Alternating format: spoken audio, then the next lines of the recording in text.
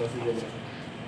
Selama operasi zebra dilaksanakan ini, untuk pelanggaran lalu lintas tercatat sebanyak 3.732 pelanggaran, yang mana didominasi oleh para pelanggar roda 2 sekitar 2.600-an pelanggar roda 2 yang terjadi.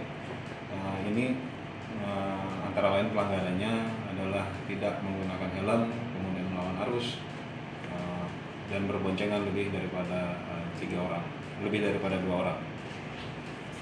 Ya, selama tahun 2018 dibandingkan tahun sebelumnya ada peningkatan kan jumlah pelanggaran? Untuk peningkatan jumlah pelanggaran memang terjadi, yaitu sekitar 8% peningkatan dari tahun sebelumnya. Hal ini tentunya karena berbanding lurus dengan volume kendaraan yang semakin meningkat tiap tahun. Dari pihak operasi zebra ini ada evaluasi khusus dari Polresta setiap Kepulauan Riau. Baik, mungkin dari hasil evaluasi kami menghimbau di sini kepada para pengguna jalan agar lebih tertib dalam berlalu lintas, karena dengan tertib berlalu lintas itu akan menjamin keselamatan kita di jalan maupun keselamatan orang lain di jalan itu sendiri.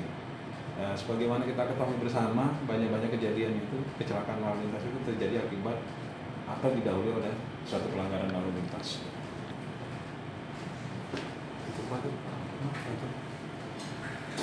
Ya, disinggung pelanggaran yang banyak terjadi di kalangan pelajar sendiri, peningkatannya seperti apa?